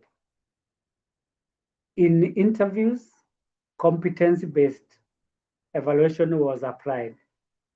In selection, competency was applied. And even in training, especially onboarding, which is the first training, competency was applied. So we need to have our potential employees have a positive experience about recruitment and selection. And if we are able to integrate competence into this recruitment and selection, then we are likely to retain top talent. We also need to integrate competency in learning and development, where we are talking about matching employees, skills and knowledge requirements with their competencies. And that is by way of customization, which I mentioned earlier. Then continuity in training and development is a continuous process. People never stop learning, Why? Because of the changing nature of our environment. Knowledge can become obsolete, so we need new knowledge, like technological knowledge. So with these changes, we are able to identify new competencies that are required so that people can continuously learn. So learning does not come to an end.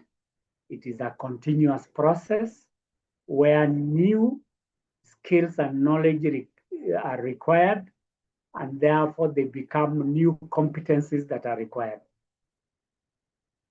Again, we need to track our training and development programs, either by using LMS systems. If not, we use human resource information systems. So this can help us to track the success of our training programs. And again, competence-based talent management in learning ensures that the courses are aligned with market dynamics. How is that? We identify new competences that are required in the market and then use those new competences to train our employees. And how do we do this? It is by way of benchmarking with others in the market or industry. So when we benchmark, we are likely to identify new trends or best practices that are relevant to learning and development.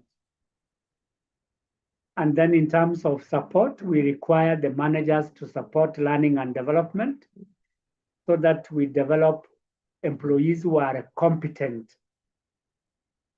And that support, as I have mentioned earlier, includes 1, resource allocation, 2, their personal time, and 3, policies on learning and development. This will enable organizations to strengthen their learning and development initiatives. So that support is basically to strengthen. Then lastly, growth, that employees need to grow and they grow their competencies. These competencies can be grown through continuous learning and skills improvement. And as I have indicated, when employees grow within their areas of specialization, they grow in their careers. And also when they grow and fairness is applied, they remain with the organization for a long time. We also need to integrate competence talent management in performance. So we need to link competence to appraisals, where we are saying that employees can demonstrate gaps in performance, and those gaps can be bridged through training. By training, we are improving the competences of people. Or secondly, we reward those good performers. When we reward, we are rewarding people with the competence to perform. So we are rewarding competence.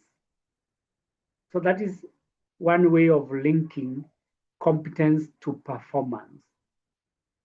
That when employees do not perform, we build their confidence through training. And when they perform, we reward them. And what we are rewarding? We are rewarding competence because they are able to do their work. And then secondly is consistency, which I have already mentioned, that through performance integration, we develop uniform performance criteria across teams. And these teams could be within the HR department, or if not, it could be in other departments. So we look at those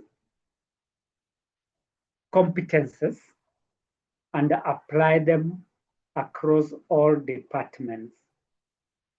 Because those competences like core competence, leadership competence, enable people to perform. So we need to tailor-make competences to various departments and then enable them to perform. Again, in performance management, we get feedback on how employees are performing. This feedback will identify whether or not they are using their competences well. And if they are not using it well, then there is need for improvement. So where we identify challenges in performance, we try to find out the causes of those challenges or performance gaps.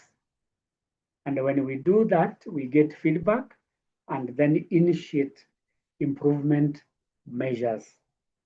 So through performance management, we get feedback on employee performance, and that feedback helps us to identify competencies that may be lacking or need to be improved. Another aspect related to performance integration is motivation, where we recognize those people who are performing well. The high performers are using their competences,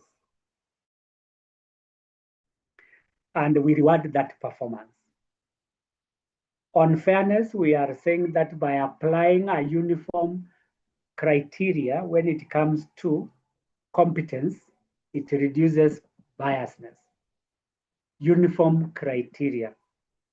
So we talk about applying those core competences fairly, whether it is in recruitment, in performance management, or in reward. So those systems must be seen to be fair. And lastly, in terms of performance management, there is progression. Identifying those high performers or high potential performers so that we can improve their potential by way of equipping them with new competencies. That is new skills, new knowledge, and new behaviors. And that will help us in succession planning. And when it comes to compensation, so that we wind up, compensation is another aspect related to talent management. And it is a retention strategy, retaining talent. And therefore, what do we need to know about compensation and the benefit in relation to competency-based talent management? One is that we align skills, knowledge, and experience to performance, so that those people who are high performers are rewarded or compensated. There are two approaches to compensation based on performance. One is performance-related pay, and two is payment by results. Either of the two requires skills and knowledge, which are competences. So if we have to reward people, we reward performance because they have used their competences. Then coming to fairness, where we have said there is equity, that we give rewards to people who are performing well. If it is a bonus and somebody has performed well, so we pay rewards based on performance. And we make it uniform to ensure that those high performers are paid. And those who don't perform completely are not paid bonuses. So why should somebody get a bonus when they have not performed? So rewards are given to people who are performing, and performing requires a competence, and these competences include skills, knowledge, experience, and abilities. Again, talking of retention, we reward people to retain them. And we can only reward competences such as skill acquisition or knowledge sharing. Another aspect is transparency when it comes to compensation. Let there be an open criteria for rewarding or compensating people. And the criteria is that people have certain competences that they use to perform. And if they perform well, they are paid according to the open criteria that has been set.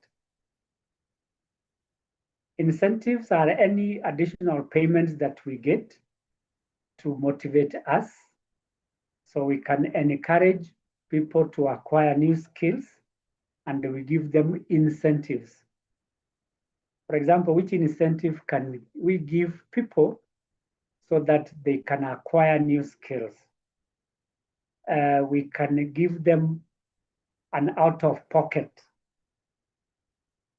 payment, so that as they go out there into the field, they can use the money you have paid them to either buy their necessities, or some of this money can be kept for future use, such as school fees or rent.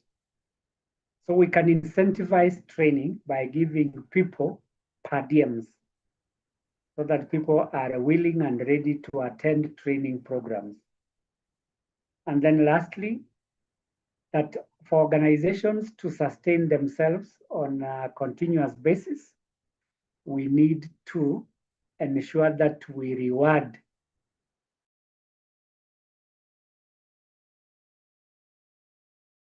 leadership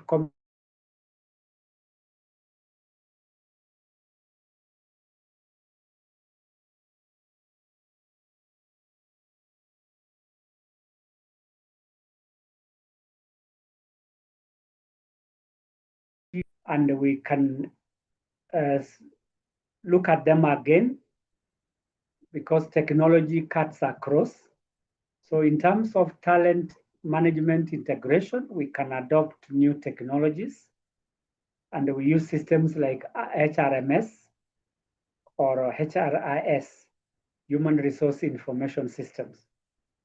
So we can use these systems to integrate all the areas like recruitment, training, performance management, and reward. And then analytics, technology provides us with the data that we can use to analyze and make decisions. We can make decisions now or predict future outcomes and take actions. Again, technology enables us to ensure efficiency, because through the use of technology, we cut cost, the cost of money and the cost of time. Connectivity, especially the use of internet, helps people to connect with each other or share data across functions. So through technology, we are able to share data within and outside the HR department. Scalability, I said, is the ability to adapt or accommodate new changes. Technology can do that because it can be expanded. Just like you can expand the memory of your phone, that technology is scalable and therefore can accommodate new changes. And then lastly, accessibility. The technology is able to provide us with tools to access data on recruitment, on training, on performance management in real time. And an example of such technology is the use of dashboards. Dashboard. It gives us data in real time. What is the role of leaders in integration process? And here we are the HR managers, we are the leaders. So we need to demonstrate leadership. How do we do that? By showing direction. And the direction here is by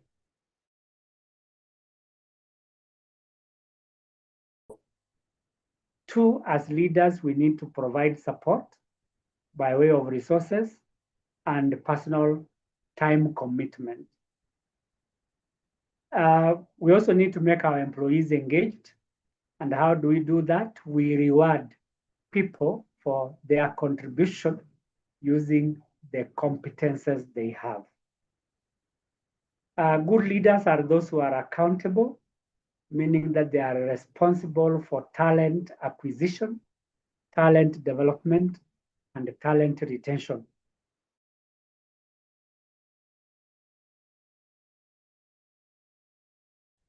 Then leaders are responsible or accountable for competency acquisition, competency utilization, and the competence.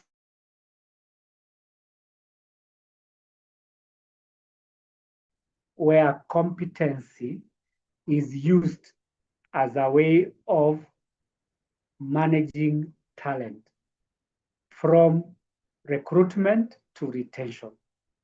So that culture must promote a shared vision and ownership throughout the organization. Challenges are always there, and we face them. We don't run away from them. Just like I said, the challenges of competency-based talent management, they remain the same. For example, complexity, 2, resistance, 3, the expenses of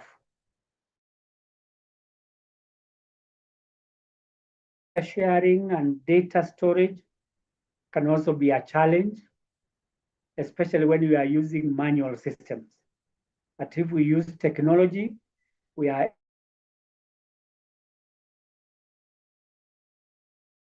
is maintenance,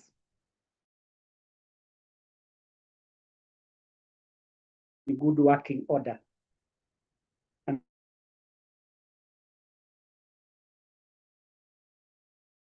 that we are using are upgraded or maintained on a regular basis so that there are no downtimes, or we reduce the time spent when they are not functioning. The last aspect for today is the benefits of talent management integration. We ensure efficiency. That is where we are streamlining all the processes. Number 2, we ensure that the employees are engaged. That is, they are committed to the organization. And then we retain them because we identify competent employees through recruitment. We develop competence through training, and we retain competence. So retention is key when it comes to competency-based management system. Alignment, that talent management is a human resource function, and we align that to corporate strategies so that we don't drift. Our systems must always be agile. That means we adopt quickly to changes in our environment. So if we can adapt or adopt changes, then we become agile. We adapt competency-based talent management in recruitment. We must be agile in recruitment by focusing on competencies or new competencies. The same happens to training. We can be agile in training by identifying new competencies that are required, and even in performance management. And then lastly, the benefit of talent management is improved performance, where competent employees produce desirable results, and the organization is able to serve its customers well, generate revenue, and make profit. So that is the end of the presentation this afternoon. Invite anyone with a question so that we can wind up. Question or comment?